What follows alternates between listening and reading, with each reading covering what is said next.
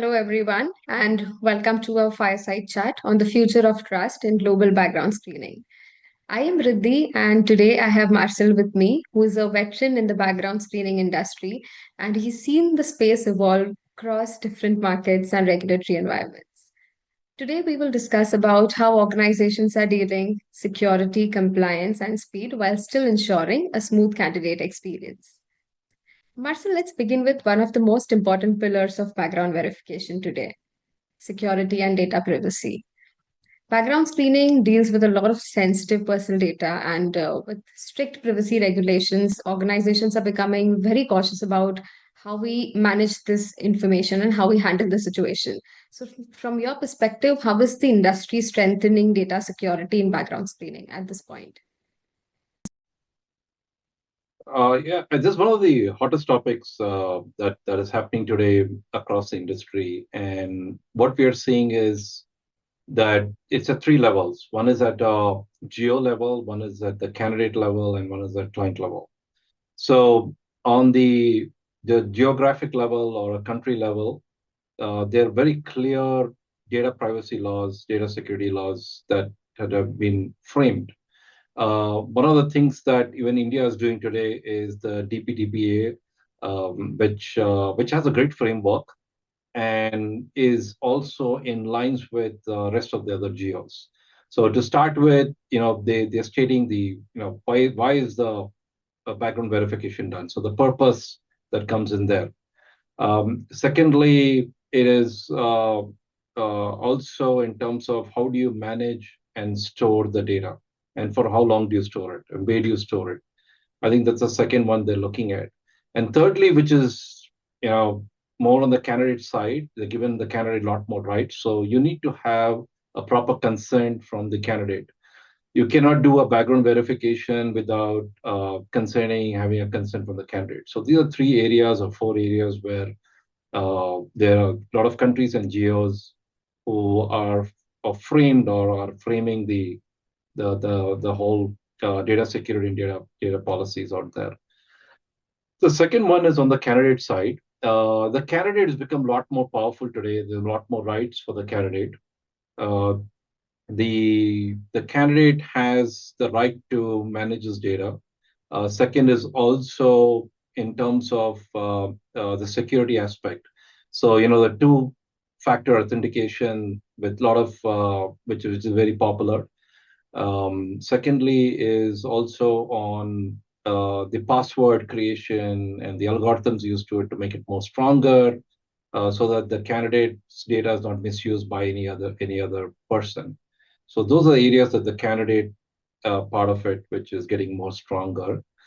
And thirdly is, and this is something that is coming up in the industry, and a lot of customers are coming back and asking, especially in the financial industry, whether we can have a separate server or host their data in a separate uh, data center versus being part of the normal storage. And even though today whatever we do is stored well, the data does not mix with any of our customers. But still, there's a small shift in the industry where companies are coming and asking for a separate server, and also how it is managed by a separate set of people within the organization. At Avvanz, we do have that as a solution. So we already provide some bit of solution to few of our customers where we host their data completely outside our normal data storage. Of course, there's a charge, there's a service fee for that, and which is very nominal. But yes, if customers do want us to, come back and ask us for these kind of solutions where we can keep their data separate from our normal data storage, yes, we can do that. So yeah, these are the three areas that we are seeing a lot of shift on this topic. Thank you so much for sharing. This was very insightful. On that note, we are also seeing a shift in identity verification methods. Traditionally, companies relied heavily on documents like passports and certificates. Now, technologies around digital identity verifications are becoming more common. So, do you think the industry is moving beyond document based verification? Yes, we are in the era of AI and deepfakes. So, when you watch your Insta roll or any of the other apps, it's very difficult sometimes to ascertain whether it's a deepfake or it's something real. And that has also become quite evident in the interviewing process to your background screening, where candidates who actually come for the interview and who would join the the organization are completely different. And we have had many cases where clients have come back and said, "Hey, you know what? We have this challenge where the person joins us, he clears, in fact, he clears the interview in flying colors, but when he joins us, within a month, we know that we probably didn't interview the same person." And for that, what companies are doing is they're moving from the normal traditional ID check, which is a paper-based or just a document check, to doing a liveliness check. So we are also seeing this a lot in the financial segment on the KYC front, where you ask for a loan or you're trying any kind of financial transactions with the bank, or even trying to open an account. The liveliness check is done to make sure that you are who you are and not somebody else. So I think this one area will definitely reduce those kind of deep fake scams that is happening in the industry. So this is something that I think will kind of shifting. A lot of customers are coming in, you look at all the new customers. This is one of the things they want to be sure that the person who is calling themselves XYZ is XYZ, right? So that is something that is become rampant today. That's very interesting, Marcel. Thank you for sharing that with us. And of course, we move to a very important piece, which is AI and automation. We, of course, can't ignore the role of AI and automation in the background screening space. And if you can share a little bit about how AI integrated in background screening industries. Yeah. Sorry. So I mean, it's everywhere, right? Even if you're going to buy a refrigerator or you're going to buy a laptop, AI is AI. Everything has AI before they even market. So it's become more like a marketing term, but the reality is AI is happening in a lot of places. We can see it making a significant difference in the ID segment, in the BPO, and we can't stop not using that. We got to adopt. But when we adopt, I think we got to be very careful that we don't adopt any of the AI biases, especially in the decision making front. So today, we are evaluating solutions in which AI can help us with better quality, faster in terms of speed, but that is only limited to the process bit of it, which does not have any biases. But in terms of decision making, I think that is where we are really looking at a non-AI intervention out there. And in my opinion, I think any kind of decision making that you would want to do on the final report, or any kind of decision making on the candidate, I think it should be non-AI and still needs an intervention, human intervention out there. That's interesting because many people still think background checks are just about calling a previous employer and confirming a degree, but clearly the reality today is far more complex than that. Oh, yes. So, thank you so much, Marcel, for sharing your valuable insights. Thanks, Riddhi.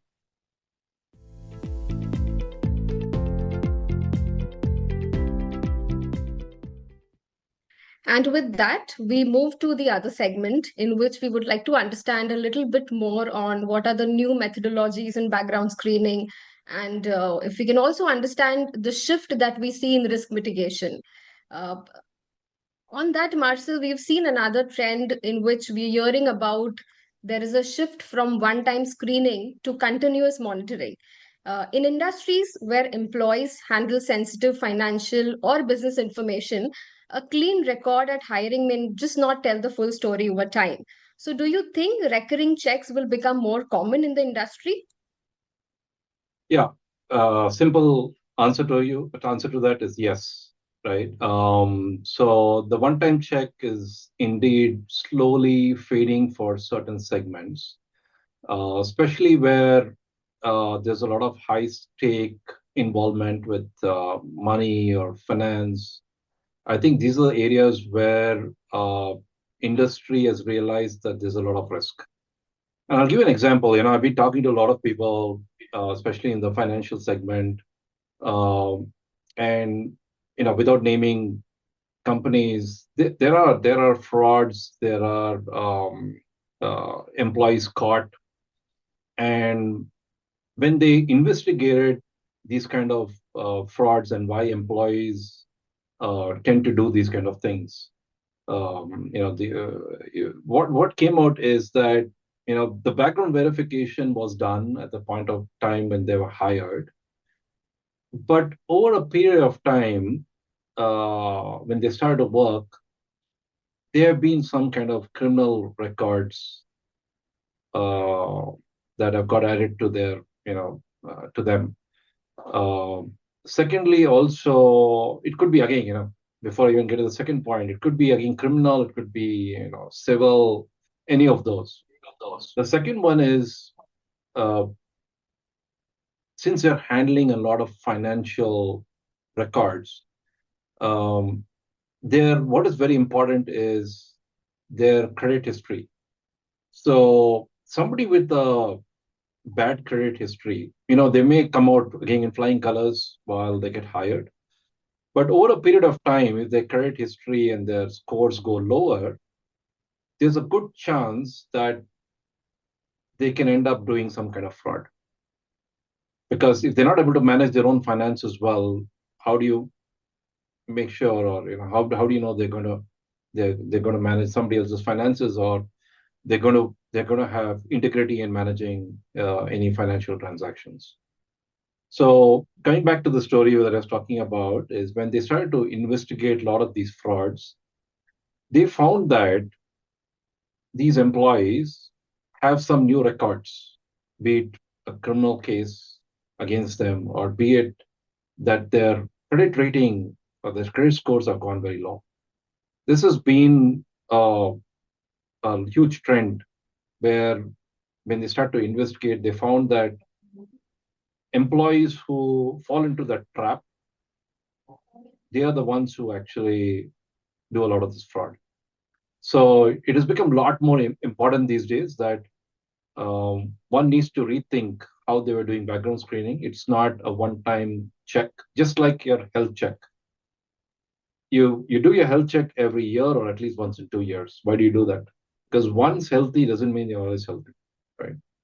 Same thing. Companies are also adopting to that, right?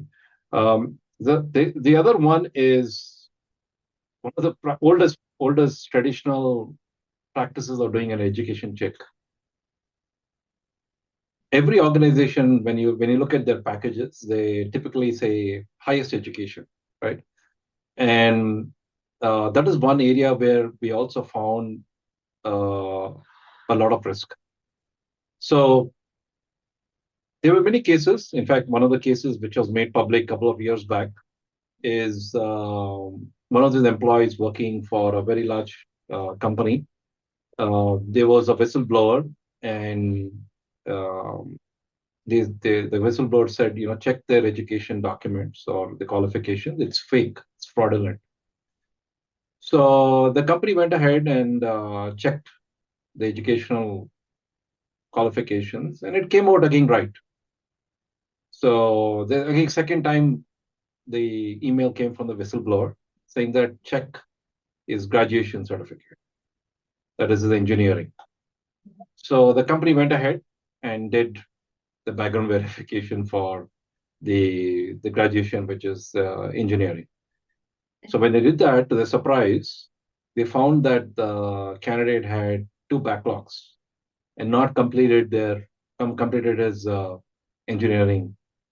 However, the person passed out from one of the most prestigious institutes in business management. So these kind of things can happen. Same likewise, if you're asking a candidate to do the highest, And if their masters is their highest, they'll be happily they'll give you their highest qualification, which is their masters.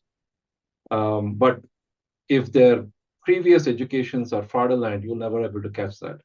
And the only way you can do that is you go deeper. So I know organizations even starting from class 12th onwards and going upwards to do a complete background check on the education qualifications. But yes, I think we should definitely reconsider the traditional practice of doing a highest education check versus what we should really do now. I think one of the best practices that we are seeing that shift is companies are moving towards the last two highest or even further on the education verification. With that, I'm sure we can conclude that companies will need smarter and more thoughtful approaches to verification. And moving ahead, let's talk a little bit more about screening depth. So many companies still apply the same background checks across all roles, but clearly the risk associated with a junior hire and a senior executive can be very different.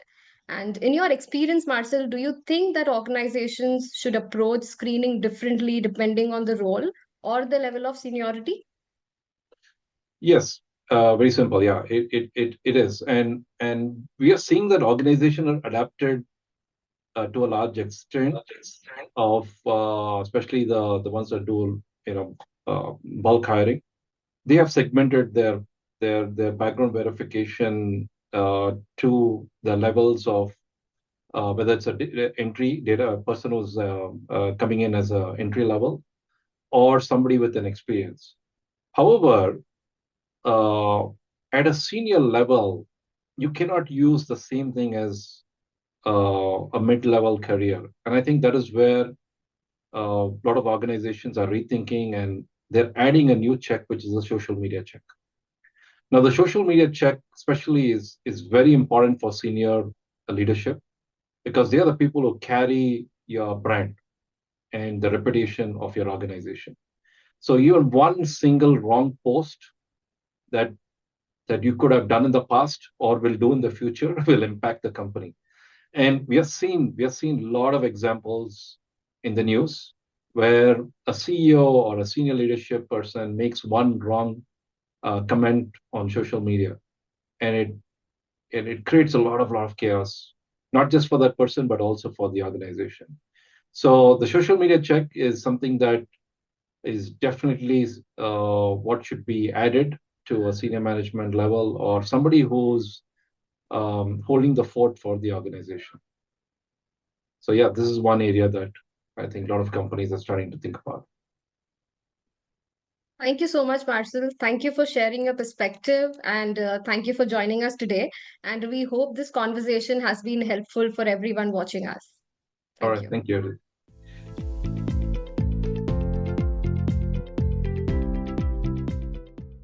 With that, we move to the next segment, which is a global hiring and compliance piece.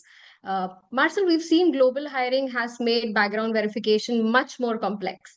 And today it's common to see candidates who have studied in one country, they've worked in another, and they are currently employed somewhere else entirely. So, from an employer's perspective, how can an organization manage these cross borders checks while still staying compliant with the different privacy laws?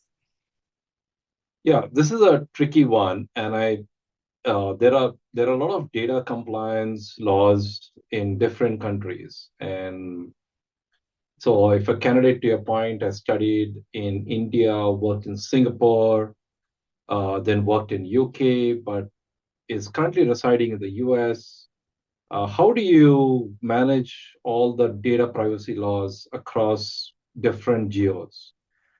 And that is where it's a big challenge. And there are only very few in this industry who can provide that kind of a solution.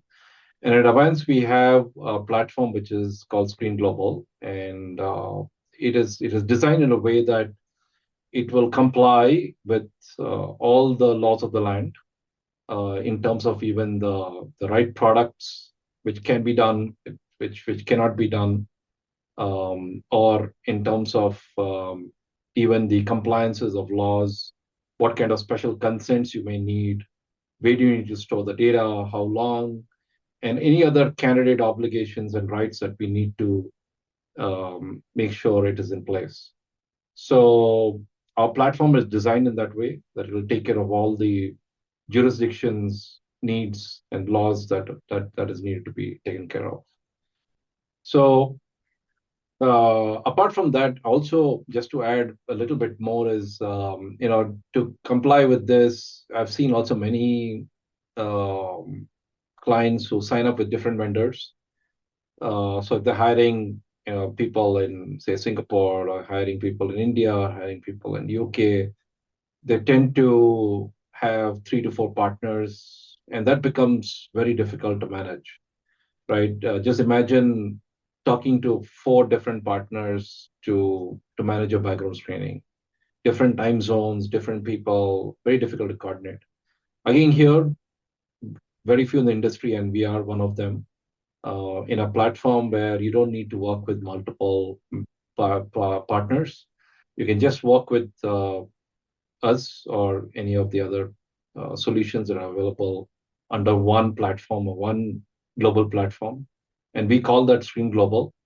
And where you can just come to us, you don't need to work with 3 or 4 different partners if you want to do background verification in different countries. Global hiring definitely adds another layer of complexity, and it's clear that organization they need smarter tools to manage that.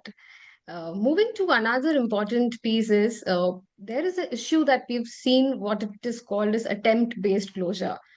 This is when a verification is marked complete simply because an attempt was made, even if a final confirmation was not obtained. Why is it important for organizations to move towards a more result-oriented approach instead? I would strongly recommend any organization that is really closing their checks based on just attempts and not with results to reevaluate their background screening policy. We are seeing a constant increase in the discrepancies year on year, and right now it's around the mark of 20 to 22%. So what it means to the organization is if you're hiring people based on attempts, that is, as unable to verify, there's a good chance out of every 100 people you hire, you are hiring 20% risky candidates who have some kind of discrepancy. So I would really encourage organizations to relook at their background screening policy. At Avvanz, for us, we do not believe in a policy where it's based on 3 attempts or 5 attempts in a certain number of days. The attempts are basically until we get the verification. So our unable to verify rates are very, very minimal when compared to the industry standards. Thanks, Marcel. We have, I think, clearly learned that distinction is really important because ultimately organizations are looking for verified outcomes and not just completed process. And with that, we come to the end of our segment, which is global hiring and compliance. We now move to the last segment, which is candidate experience and fair evaluation. This is, I think, one of the most underlying issues which we've seen in the industry. Marcel, let's talk a little bit about candidate experience. Background checks are necessary, but they can sometimes feel stressful or intrusive for candidates. What can companies do to make the process a little bit simpler and also a little bit more transparent while still maintaining strong verification standards? Absolutely. And if you look at this, candidates are generally overwhelmed when it comes to background screening. It creates a lot of stress, a lot of anxiety because they have to fill up a lot of data and also probably upload documents wherever needed, and it's quite taxing on them. Now, for us, candidate experience is very, very paramount, and we have developed special tools in our platform in which it helps to manage that candidate experience seamlessly. So our platform, the way it's designed, is not only web enabled, it's also mobile friendly. And I have run the candidate data entry, including uploading documents. It's very smooth when compared to the industry, what I've seen. It typically takes you anything from 7 to 9 minutes to complete your whole form.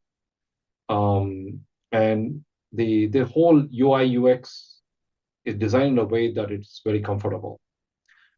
From the welcome email to online videos to chat support, everything is available to make that experience a lot more better for the candidate, right? And I think that is something that is very important because uh, the background verification, it may be outsourced, but it's an extension of the organization. So when a candidate starts to walk the path of joining your organization, from hiring to background screening to onboarding, all of this is very important.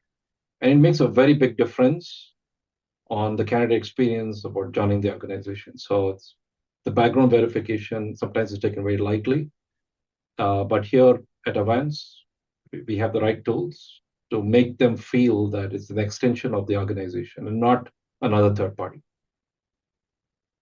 That is a great reminder that the screening process should protect organizations while still respecting the candidate's experience.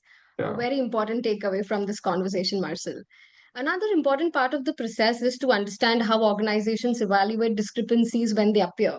So, for example, if a candidate has an ongoing legal case, and should they automatically affect hiring decisions, or should companies have a more structured way of assessing the situation?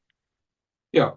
Now, this is again a reminder for all candidates who are applying for new jobs and filling up the forms. It's always good to declare what it is as it is.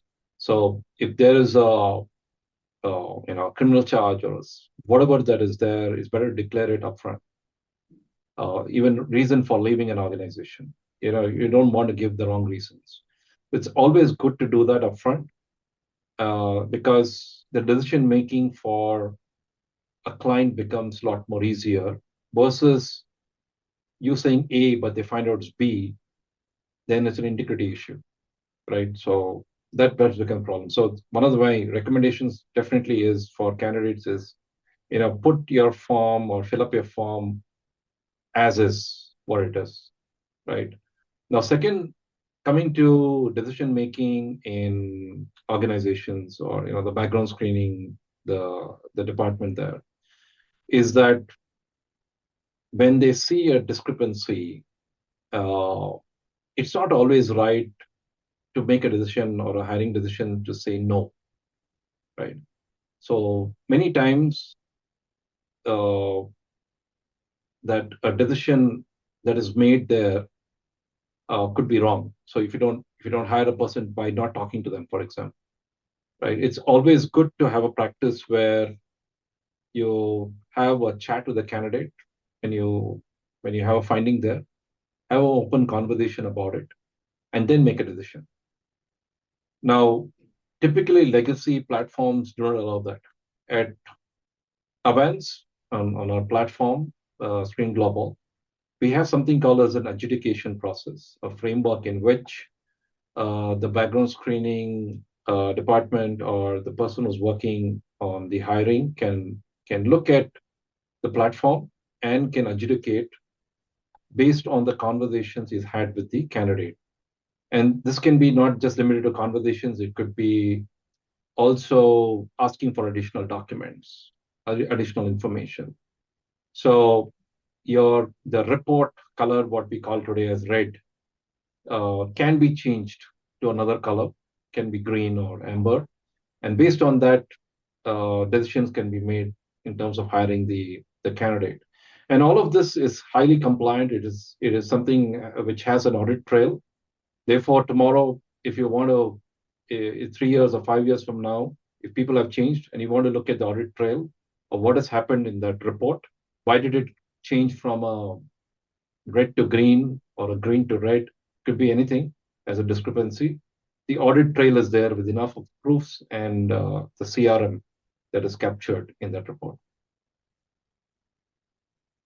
This was very informative, Marcel, and it also helps us understand why it is important for us to have a balance between risk management and a fairness is clearly critical for employees today. Before we wrap up, a few key takeaways from our discussion today. Background verification is clearly moving towards a more intelligent and risk based approach with stronger data security, deeper screening for critical roles, and greater use of technologies like digital identity checks and AI.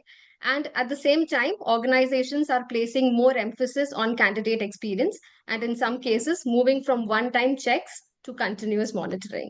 Marcel, thank you for sharing these insights. It's clear that background verification today it's not just an HR process, it's a key part of risk management. And as hiring becomes more global and technology continues to evolve, companies will need smarter and more thoughtful approaches to screening. Thank you again for joining us today. All right. Thank you, Riddhi.